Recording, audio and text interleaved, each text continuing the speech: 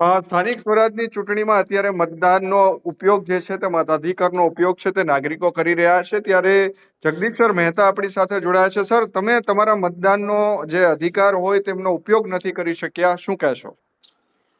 મયુરભાઈ, કઈ ટેકનિકલ ખામી હશે, કારણ કે હું દર વખત મતદાન કરું છું, ધારાસભા લોકસભા હોય કે ગમે તે ચૂંટણીમાં હોય.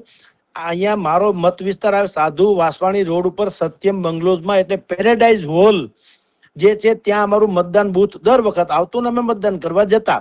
આજે પણ અમે એ જ આપણી જે ફરજ છે એ અદા કરવા માટે થઈને મતદાન માટે ગયા હતા.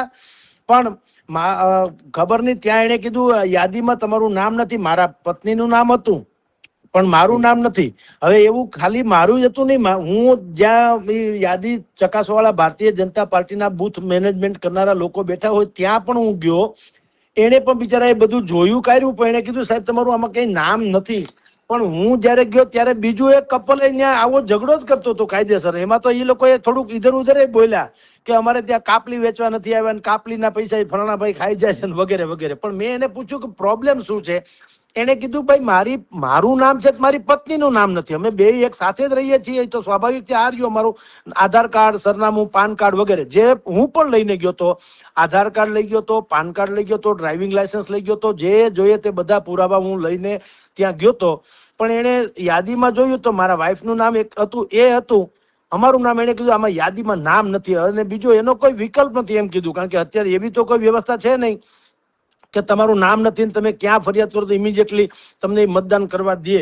કારણ કે યાદીમાં જ નામ નતું, ફોટા સહિતની જે યાદી હોય છે તેમાં.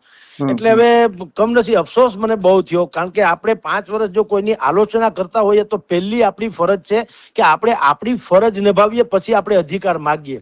પણ હવે આ ટેકનિકલ છે, નવી સુધારણા, મતદાર સુધારણા યાદી આવી હોય એને કારણે હોય યા ગમે તે ગફલત હોય, પણ અમારું નામ તો નહોતું. તો બહુ નિરાશ થઈને પાછું આવવું પડ્યું. તો શું થાય?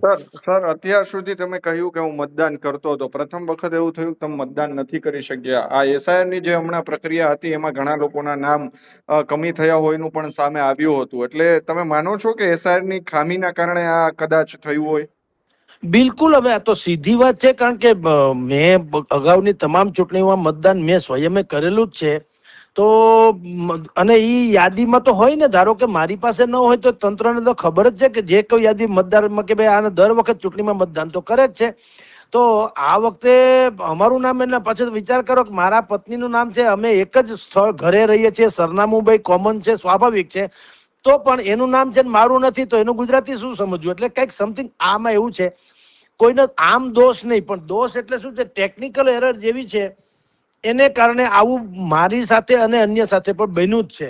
તો હવે આ તો સ્થાનિક સ્વરાજ્યની કોઈ પણ ચૂંટણી હોય એ મહત્વની જ ગણાય, કારણ કે આપણે હંમેશા જ્યારે ટીકા આલોચના કરતા હોઈએ ત્યારે એવું માનતા કહેતા જ હોઈએ છીએ આપણા જેવા તો ખાસ, કે ભાઈ તમે મતદાન કરવા માટે થઈને જો 10 મિનિટ કે અડધી કલાકનો તાપ સહન ન કરી શકો તો 5 વર્ષનો સંતાપ કરો સહન, બીજું શું થાય?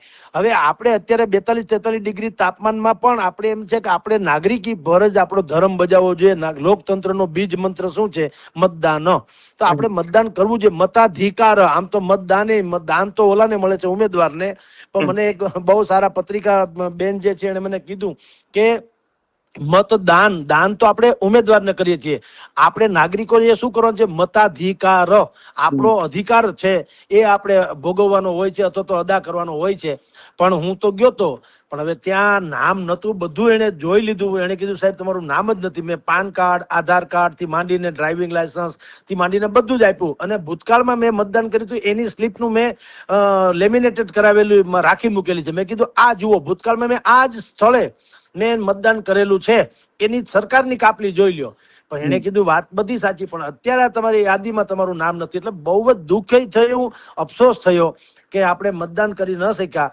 પણ પછી મને એમ થયું કે ખેર આપણા જેવા જે કોઈ લોકોને આવું થયું, અને મારી સામે એક કપલ તો હતું જ, એટલે મેં આજે એક વાયરલ કર્યું છે મારા નામ જો, કે ભાઈ આપણા નામ નથી તો ખેર કોઈ વાંધો નહીં, હશે કઈ ટેકનિકલ ક્ષતિ તો તંત્ર સુધારી લે, એના ધ્યાનમાં આવે, એટલે જ આમ તો મેં કર્યું. પણ બીજા બધા ભાઈઓને એટલા માટે કીધું જેની પાસે કમસે કમ આજે આ સ્લીપ આવી ગઈ અથવા તો જેને મતદાન કરવાની બધી યોગ્ય વ્યવસ્થા થઈ ગઈ, એને ઉનાળાના ગમે એવો તાપ હોય તો પણ એ વેઠીને પણ અચૂકે અચૂક મતદાન કરવું જોઈએ. જી સર, ખૂબ ખૂબ આભાર સ્વરાજ સાથે જોડાવા બદલ.